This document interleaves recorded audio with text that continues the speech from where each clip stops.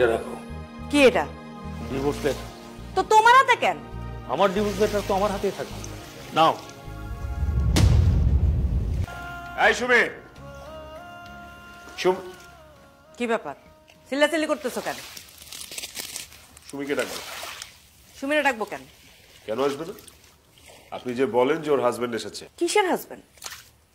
তোমার না 2 মাস আগে ডিভোর্স লেটার পাঠাইলো, আর তুমি ডিভোর্স লেটার সাইন করো না কেন? তুমি কি ভাবছো সাইন না করলে ডিভোর্স হবে না? শোনো, 3 মাস পরে ডিভোর্স অটোমেটিক কার্যকর হয়ে যাবে। এই ডিভোর্স আমি মানি না। তুমি না মানলে তো কোনো কিছু করার নেই। সুমি আসবে না, তোমার আমি স্পষ্ট করে বলে দিলাম। যাও, বিদায় হও। সুমি, এই সুমিরে ডাকো কেন? জামাই একটু কথা কইতে চাইছে। কথা কইতে চাইলে হবো?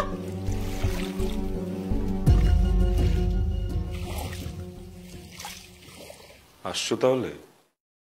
এতক্ষণ চিৎকার করে করে গলা ফাটিয়ে রাখছিলাম। চলো বাসায় চলো। সুমি কোথাও যাবে না। কই যাবে ও?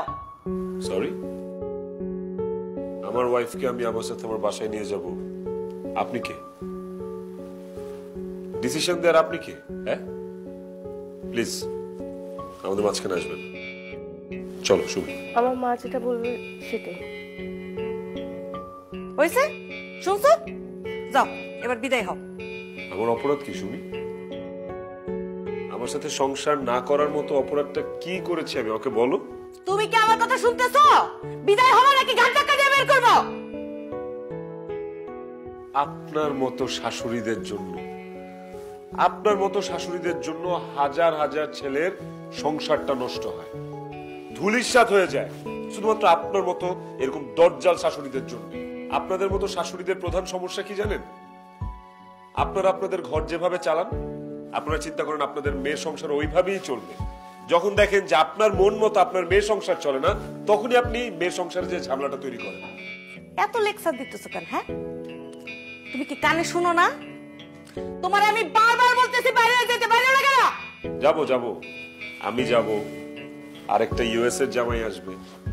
How dare you! মানে আপনার মেয়ের বিয়ের 1 মাসের মাথায় আপনি মেয়েকে ইউএসএ বিয়ে দেওয়ার স্বপ্ন দেখেন? হ্যাঁ, আমরা তো সবসময় শুনে আসছি যে একটা মেয়ে বিয়ের পর লাল শাড়ি পরে ঢুকবে, একেবারে সাদা শাড়ি পরে বের হবে। এটাই তো একটা মেয়ের জন্য শিক্ষা হওয়া উচিত, তাই না? তোমার কাছ থেকে আমার তো শিক্ষা নেওয়া লাগবে না। যাও বাইরে। এখন যদি না বাইরে, একবার জুতা বের করে বের করুন কিন্তু। জুতা পিটা করা লাগবে।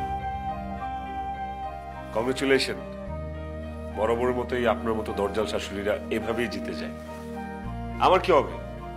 আমি না হয় এরকম আরো হাজারো লক্ষ শাশুড়ির কারণে সংসার ভেঙে যাওয়া ছেলেদের দলে যোগ দিব। তবে একটা কথা বলে যেতে চাই, আরেকজনের ঘর ভেঙে নিজে সুখে থাকা যায় না। আপনার পরিণতি আপনার চিন্তার চেয়েও ভয়ঙ্কর হবে। মিলিয়ে নিয়ে দাঁড়াও জামাই, তুমি কোথাও যাবে না। দাঁড়াও, এই যে এটা রাখো। কি এটা? Divorce letter. তো তোমার হাতে কেন? আমার ডিভোর্স লেটার তো আমার হাতেই থাকবে। নাও।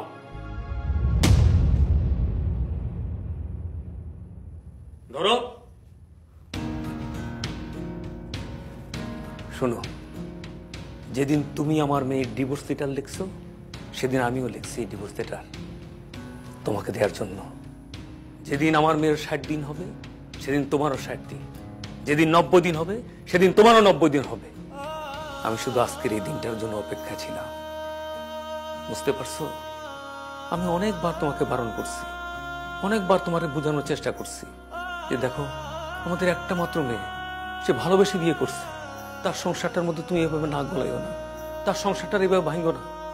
কিন্তু না, তুমি আমারে দমায় রাখছো, আমারে ধমক দিয়ে আমার চুপ করে রাখছো। আজ কি হলো? মেয়ের সংসারটাও ভেঙে গেল। আর যেদিন আমি দেখলাম যে না, আর তো সম্ভব না, সেই দিন আমি মনে মনে স্থির করছি যে না, আমি আর তোমার সাথে থাকুম না। তাইলে তুমি বুঝতে পারবা স্বামী কি জিনিস। আরে বাঙালি নারীর কাছে তো স্বামী একটা অলংকার। হ্যাঁ, এটা তুমি বুঝতে পারো না? তুমি তোমার মেয়ের জীবনটার এইভাবে নিজের হাত দিয়ে তছনছ করে দিলা। আর ছেলেটা কি চাইছে? সে তার স্ত্রীকে নিয়ে সুখে থাকতে চাইছে। আমিও তো একটা পুরুষ মানুষ, আমি বুঝি এই কষ্টের কথা, আমি বুঝি। ঠিক আছে, তোমরা মা মেয়ে দুজনে ভালো থাকো, আমি আমার ছেলেকে নিয়ে গেলাম। চলো বাবা।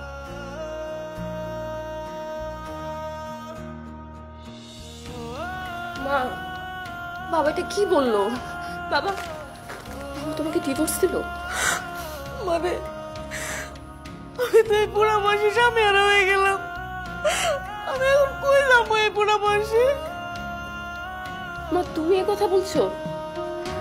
তুমি তো তোমার জীবনের প্রত্যেকটা সময় উপভোগ করেছো বাবার সাথে। একবার আমার দিকে তাকায় দেখো আমার কি অবস্থা। আমি এ বয়সে কলঙ্কিত হয়ে গেছি। আমি কি করবো বলো?